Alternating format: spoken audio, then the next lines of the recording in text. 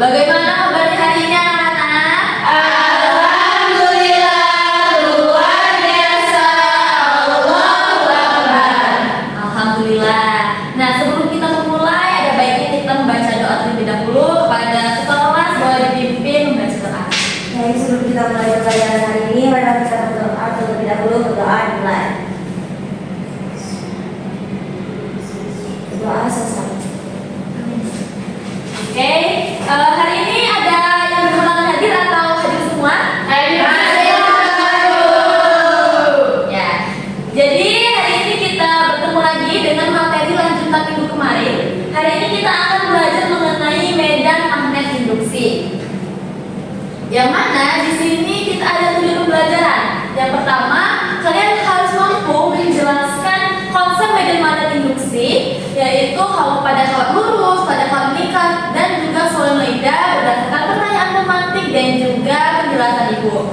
Nah, yang kedua, kalian mampu menentukan dan juga menghitung besar medan magnet induksi pada salah satu bentuk penghantar. Nah, yang ketiga, kalian mampu menganalisis faktor-faktor medan magnet induksi melalui diskusi kelas secara logis dan juga sistematis. Nah, untuk menguatkan pemahaman kita, di sini ibu ada sebuah video. Silakan kita simak bersama-sama ya.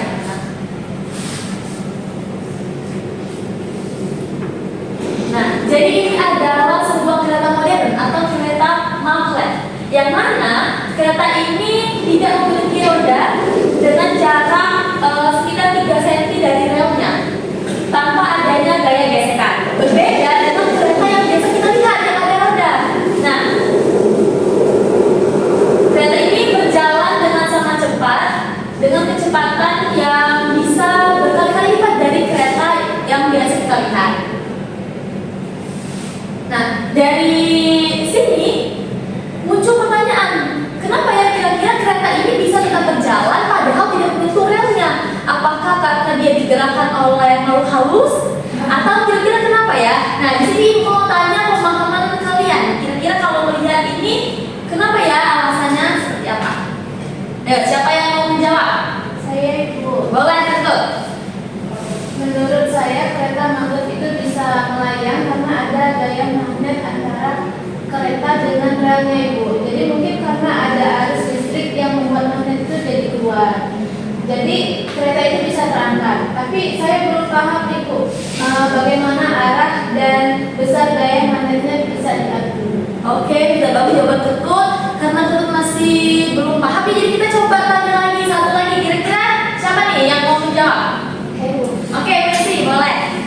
Kalau menurut saya itu kereta magnet tidak pakai roda karena menggunakan medan magnet yang membuat kereta tersebut tidak menyentuh rel.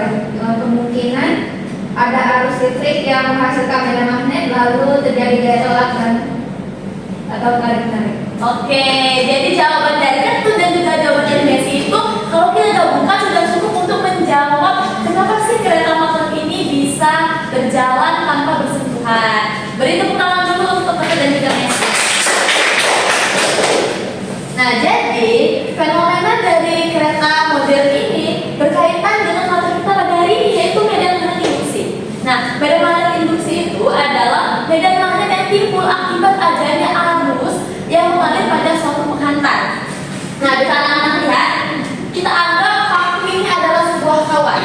Jadi, ketika arus mengalir di sebuah kawat, maka kawat tersebut akan terbentuk medan magnet, yang mana besar medan magnet ini bergantung pada kuat arus dan juga bentuk penghantarnya. Nah, bentuk penghantarnya ada 3 anak. Yang pertama, ada medan magnet itu yang di belakang, Dwi sama Resa. Nah, kayaknya lagi asik berdiskusi ya. Kita fokus dulu ke depan. Nanti kalau memang ada yang mau diskusikan, silakan setelah selesai pembelajaran. Baik. Nah, ibu lagi ya anak-anak. Jadi untuk bentuk penghantar itu ada 3. Yang pertama ada medan magnet di sekitar kawat lurus. Yang kedua di kawat melingkar berarus listrik, dan yang ketiga itu ada solenoida. Nah, untuk meningkatkan pemahaman kita, pertama kita ada medan magnet di sekitar kawat lurus, yang mana medan magnet ini terbentuk akibat adanya aliran arus listrik dalam kawat. Nah, dalam kawat ini akan membentuk lingkaran yang mengelilingi kawat. Nah,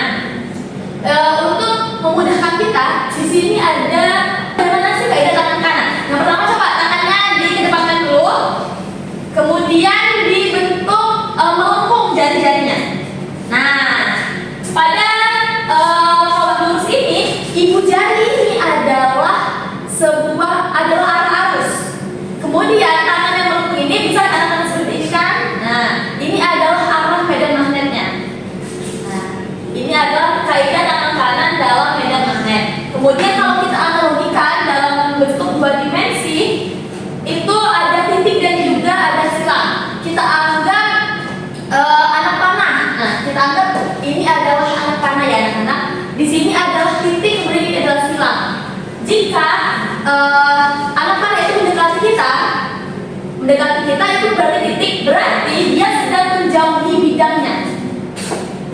Kemudian jika arah panahnya itu menjauhi kita berbentuk silang, itu berarti dia mendekati atau masuk ke dalam bidang. Nah, untuk mengukur besar medan magnet ini kita ada persamaan, yaitu B mu 0 I per 2 VR, yang mana B itu adalah kuat medan magnet dalam satuan Tesla, mu 0 adalah permeabilitas ruang hampa, I adalah kuat arus, dan R adalah jarak dari kawan. Nah, kemudian ada juga kawan melingkar berarus listrik. Medan magnet yang dihasilkan oleh kawan melingkar ini berbentuk lingkaran yang dialiri arus listrik. Di sini juga ada yang namanya kaidah tangan kanan anak-anak, tapi berbeda. Kalau yang tadi yang ibu jari adalah arus, sekarang ibu jari adalah arah medan magnet. Sedangkan jari-jari yang melengkung adalah arah arusnya. Nah, arah medan magnet ini bisa kita besar medan magnet ini dapat kita hitung dengan persamaan B sama dengan mu 0 N I per 2R. Dan yang terakhir itu adalah solenoida. Kumparan kawan panjang berbentuk lilitan, ini adalah lilitannya yang dapat menghasilkan medan magnet yang hampir seragam, yang mana panjang dari lilitan kawan ini lebih besar daripada diameter solenoidanya itu sendiri. Nah, ini juga sama seperti kalau melingkar tadi, untuk aturan cairan kanannya, ibu jari adalah arah medan magnet, sedangkan jari yang melengkung adalah arah arusnya.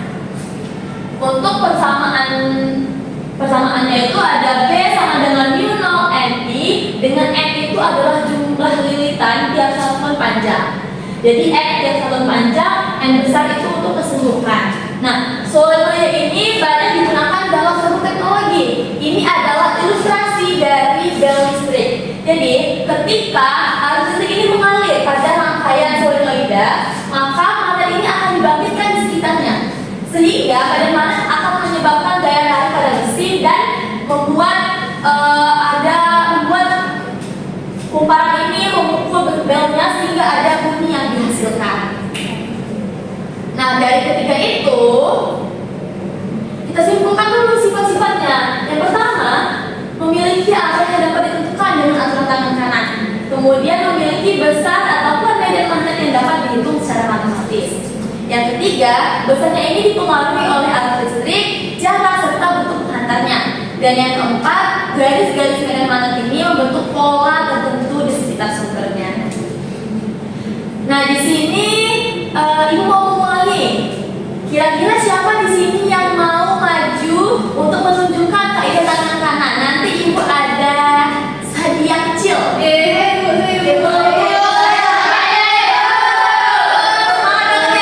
Coba turun lagi tangannya. Ini kita siapa cepat dia dapat ya. 1, 2, 3. Oke, Nesya ya anak-anak, silakan Nesya maju ke depan.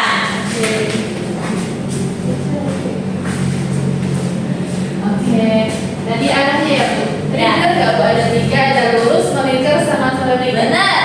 Oke, nah untuk kalau lurus, kan tadi seperti ini. Untuk ibu jari ini arah arusnya, kemudian yang lainnya ini itu arah medan. Kemudian untuk yang kalau melingkar sama solenoida ini sama Bu. Untuk yang ibu jari itu medan, kemudian yang lainnya ini arus. Oke, kira-kira anak-anak yang lain setuju atau nggak sama jawaban Nesya? Setuju. Oke, kita beri tepuk tangan untuk Nesya. Dan juga ini ada hadiah untuk Nesya. Nanti berbagi ya Nesya.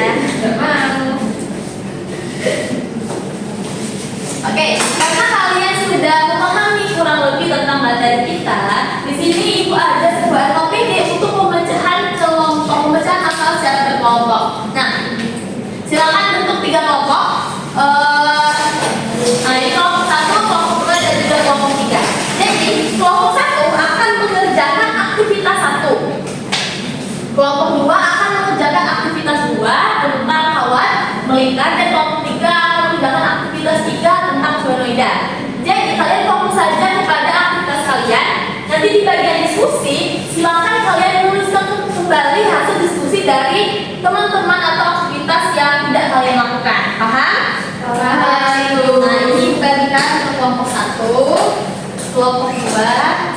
kelompok ya. Waktunya 3 menit ya anak-anak. Silakan dipahami.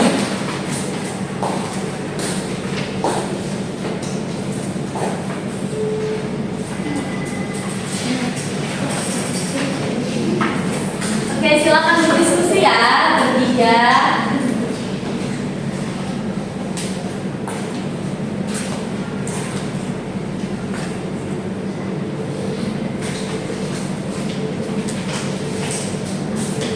Oke, kalau kamu ada pertanyaan boleh nanti panggil ya.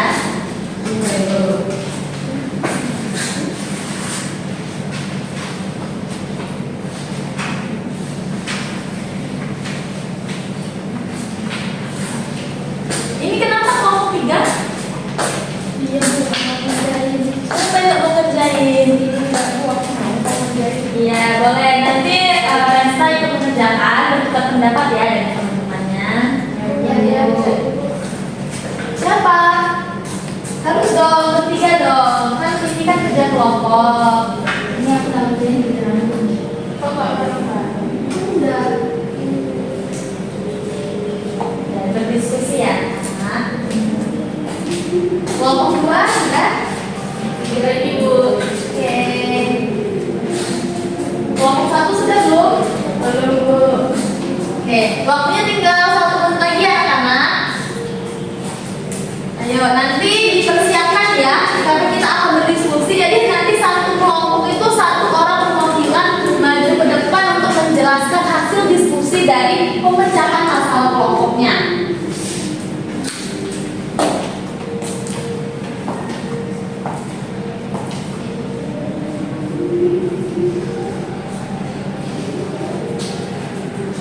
Ini udah selesai, Bu. Oke, kelompok 2 sudah selesai ya. Siapa lagi yang sudah selesai? Nomor 1 sudah Ibu. Hebat sekali anak-anak. Oke, nah diperiksa sedikit ya.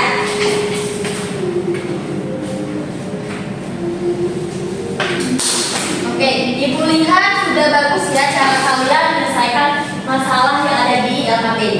Nah, saatnya kita akan memasuki ke hasil diskusi kelompok. Jadi silakan perwakilan satu-satu dari kelompoknya untuk maju ke depan. Iya, Bu. Ayo kelompok 1, ayo siapa? Kelompok 2, Isi, Bu. kelompok 3, ayo kelompok 3 maju. Nah, karena aktivitas kalian itu berbeda-beda, nanti kalau misalnya kelompok 1 memaparkan hasil diskusinya, kalian catat ya. Iya, Bu. Oke, boleh dari kelompok 1. Oke, jadi berdasarkan hasil pengamatan dan perhitungan kami, medan magnet di sekitar kawat lurus itu berbentuk melingkar dengan arah mengikuti aturan dari kanan-kanan. Nah, besar medan magnet dipengaruhi oleh kuat arus dan jarak, di mana semakin besar arus, maka medan magnetnya semakin kuat, dan semakin jauh jarak, maka medan magnet semakin kecil. Oke, silakan kelompok 2. Oke, berdasarkan hasil pengamatan dan perhitungan kami, medan magnet pada kawat lingkar paling kuat di pusat lingkaran dengan arah yang sesuai aturan tangan kanan. Besar medan magnet dipengaruhi oleh kuat arus, jumlah lilitan, dan jari-jari, di mana semakin besar jumlah lilitan maka medan magnet semakin kuat. Oke, silakan kelompok 3. Oke, baiklah berdasarkan hasil dari perhitungan kelompok kami, solenoida itu bisa menghasilkan medan magnet yang kuat dan relatif seragam di dalam lingkaran dengan arah sesuai aturan tangan kanan. Nah, besar medan magnet itu dipengaruhi oleh kuat arus dan kerapatan lilitan, di mana semua besar nilai keduanya maka medan semakin kuat. Oke, beri tepuk tangan untuk perwakilan dari setiap kelompok. Terima kasih rekan-rekan. Bagus sekali ya jawabannya. Nah, karena kita sudah mengerjakan LKPD, kemudian sudah menyelesaikan semua tujuan pembelajaran kita, jadi ibu mau minta 1 dari kalian untuk menyimpulkan pembelajaran kita pada hari ini. Saya Bu. Oke, boleh cantikan.